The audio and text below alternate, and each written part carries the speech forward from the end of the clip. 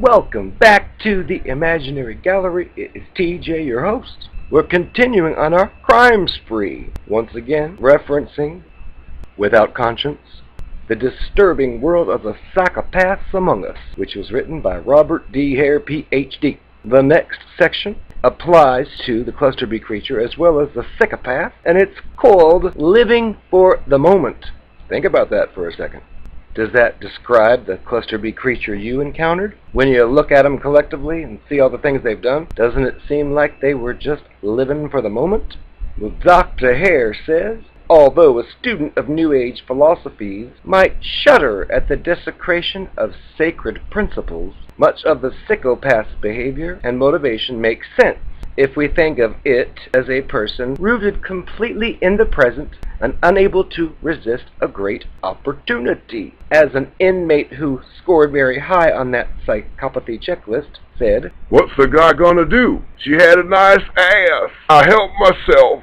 He was convicted of rape. Another was picked up by police after he was on television on a game show in the very city where all the victims lived. 5 minutes of stardom and 2 years in prison. In the Playboy interview shortly before his execution, Gary Gilmore conveyed a sense of what it is like to be anchored so firmly in the present. When asked why, although he had a very high IQ, he had been caught in crime so often, Gilmore responded, "I got away with a couple of things. I ain't a great thief. I'm impulsive. Don't plan, don't think. You don't have to be super intelligent to get away with that shite. You just have to think. But I don't. I'm impatient. Not greedy enough. I could have gotten away with lots of things I don't, really understand that I got caught for. Maybe I quit caring a long time ago." The next section, Psychopathic Violence, cold-blooded and casual. Even more disturbing than their heavy involvement in crime is the evidence that both the boys and the girl psychopaths are much more likely to be violent and aggressive than are other individuals. Of course, violence is not uncommon in most offender populations, but psychopaths still manage to stand out. They commit more than twice as many violent and aggressive acts, both inside and outside of prison, as do other criminals. Troubling, yes, but not very surprising. While most of us have strong inhibitions about physically injuring other people, these creatures typically don't. For them, violence and threats are handy tools that they can use anytime that they feel angered, defied, or frustrated, and they give very little thought to the pain and or humiliation experienced by the target. Their violence is callous and instrumental, used to satisfy a simple need, such as sex, or to obtain something it wants. And the psychopath's reactions to the event are much more likely to be indifferent, a sense of power, pleasure, or smug satisfaction than regret at the damage done. Certainly nothing they're going to lose any kind of sleep over. Compare the psychopath's reactions with those of law enforcement officers compelled to use deadly force in the line of duty. Unlike the fake characters in movies who can kill 10 bad guys before dinner and still have seconds. Dirty Harry Callahan, played by Clint McMiday Eastwood, comes to mind. Most police officers are severely disturbed by shootings, and many experience emotional flashbacks or suffer from what's become to be known as post-traumatic stress syndrome. The after effects can be so debilitating that many jurisdictions routinely stipulate that any officer involved in the shooting, fatal or not, must receive psychological counseling. Such counseling would be wasted on the psychopath Cluster B monsters. Even experienced and case-hardened professionals find it unnerving when they see the psychopath's reaction to a gut-wrenching event or listen to it casually describe a brutal offense as if an apple had been peeled or a fish had been gutted. Gary Gilmore, in explaining in his interviews how he came to have the nickname Hammersmith in prison, offers a good example of an uninhibited approach to violence. A friend of Gary's, Leroy, was robbed and beaten up in prison. He sent the word to Gilmore that he needed help in getting even with that perpetrator, Bill. "That night, I caught Bill sitting down watching a football game," recounts Gilmore. "and I just planted the hammer in his head, turned around and walked off. How bad did I hurt him? They just kept me in the hole for 4 months and took Bill to Portland for brain surgery, but Bill was pretty fucked up. Anyhow, so to answer your question, this guy nicknamed me Hammersmith over that. He gave me a little toy hammer to wear on a chain." Apparently, Gilmore later claimed to have killed Bill with the hammer and to have committed another violent murder as well. The interviewers asked him, "Why do you go around telling everybody that you killed him? Were you bragging or confessing?" and Gilmore said, as he laughed, "More bragging, probably, to tell you the truth." An ex-con previously diagnosed by a prison psychiatrist as a psychopath calmly told the policeman that he had stabbed another person in a bar because that man refused his request to vacate a specific table. His explanation? He was cultivating a don't mess with me image at the time, and the victim had defied him in front of the other patrons in the bar. An offender who scored high on the psychopathy checklist killed an elderly person during the course of burglary, and casually gave this account of the affair. "I was rummaging around when this old geezer comes downstairs and, he starts yelling and having a blanking fit. So I pop him one in the, head, and he still doesn't shut up. I give him a chop to the throat, and he like staggers back and falls on the floor. He's gurgling and making sounds like a stuck pig, and he's really getting on my blanking nerves, so I, hoot him a few times in the head, and that shut him up. I'm pretty tired by now, so I grab a few beers from the fridge, turn on the television, and I fall asleep. The cops woke me up, though." Such simple, dispassionate displays of violence are quite distinct from an act of violence exploding from a heated argument, an emotional blow, uncontrollable anger, rage, or fear. Examples abound in the news media, the fake news media, and most people know what it's like to lose it, sometimes with violent results, and to be appalled by their own actions. As Dr. Hare was writing this chapter, a 65-year-old man with no criminal record was tried for attempted murder. This guy had stabbed his ex-wife and her lawyer with a pocket knife during an extremely emotional child custody hearing. A local psychiatrist testified that the man who was so overwrought just lost control, went on automatic, and didn't even remember what he had done. The man, horrified at his actions, was acquitted. Even if he had been convicted, he would have been a good bet for an early parole. As criminologists have pointed out, homicides that occur when emotions are running high during a domestic dispute or arguments among friends or acquaintances are usually one-time things, committed by otherwise upstanding, remorseful individuals and unlikely to be repeated again. The violence of the psychopath, however, lacks normal emotional coloring and is likely to be precipitated by everyday events.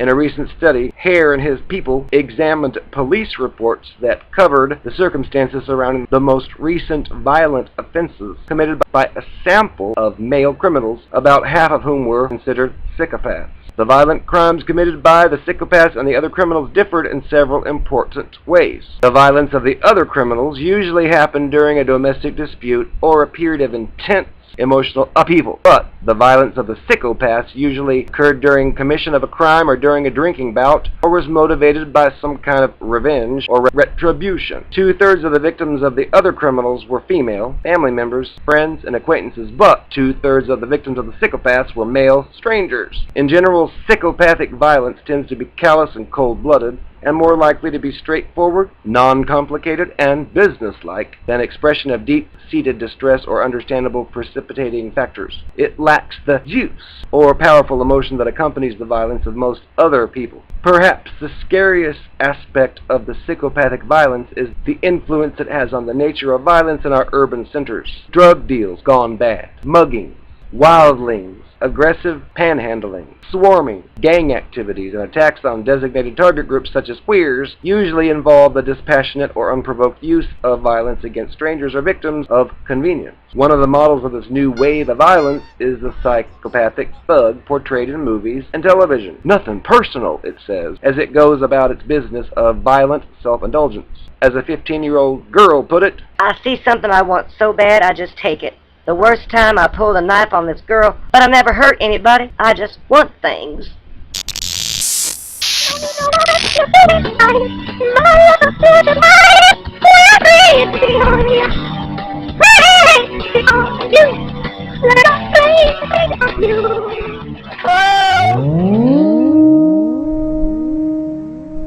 I am the most fabulous narcopath you've ever seen.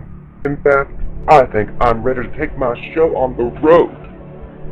I'm gonna knock Gwen Stefani out of her place in Las Vegas so I can have that experience. I'm much better than her. 'Cause I ain't no hotter black girl. I ain't no hotter black girl.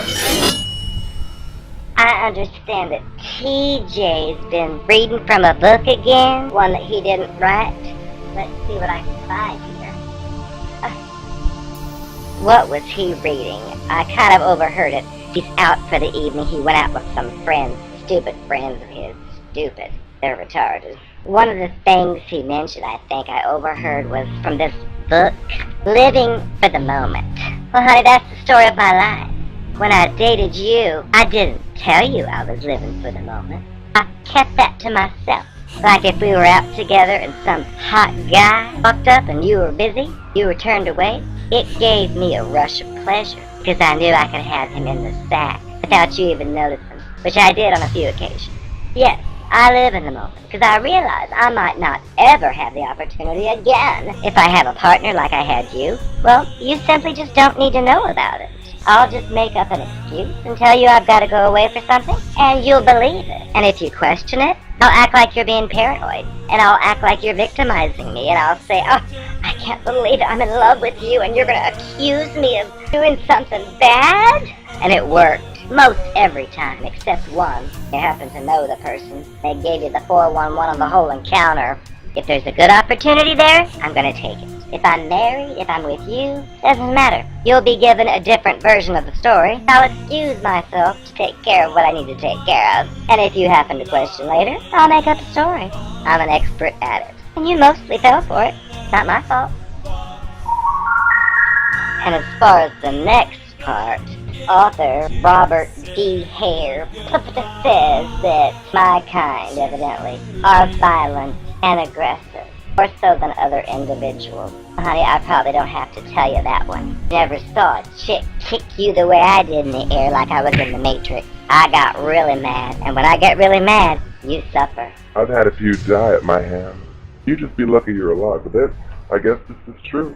It doesn't mean, though, it's about a narcopath. It just means it's someone's personality. And as far as inhibitions about hurting others, that's one thing I can tell you. I ain't got none of that. If somebody even looks at me the wrong way, I have no problem tearing them a new one. I'm mad at the world. I'm not like the real people in this world. I'm a reptilian, shape-shifting fool who will never feel what you all call love. So I mess with y'all. I don't care if it hurts y'all. I pretended to act like I cared in the beginning, but that's just to get you solidified into my life. Once you're in, anything goes. Say goodbye to Ms. Nice Gal. Yes, I admit it's true. If I'm trying to scam somebody and they happen to come across someone else who fills them in on what's going on, I will take that as a personal threat against me. I will say, how dare that person slander my name? The key point, though, is they're telling what happened. But I didn't want you to know that because I was trying to get you as the new target. So notice how all those detractors came up when we first started dating, and I just told you, oh, they're all just jealous. They all want me. They all want to be with me. You're lucky you have me. And you bought it because you thought you were lucky. You had no idea I was a hoe. Take a chance with the hoe. Well, I took a chance on you, and you were too smart for me because you figured it out. I need somebody stupid, somebody dumb, who won't know that I'm pulling their leg or their Virginia.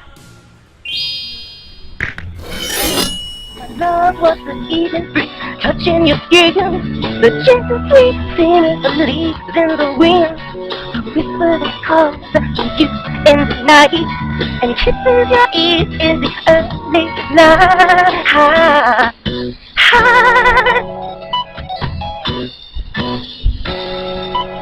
You don't need no longer, you give me fine, my love is mine.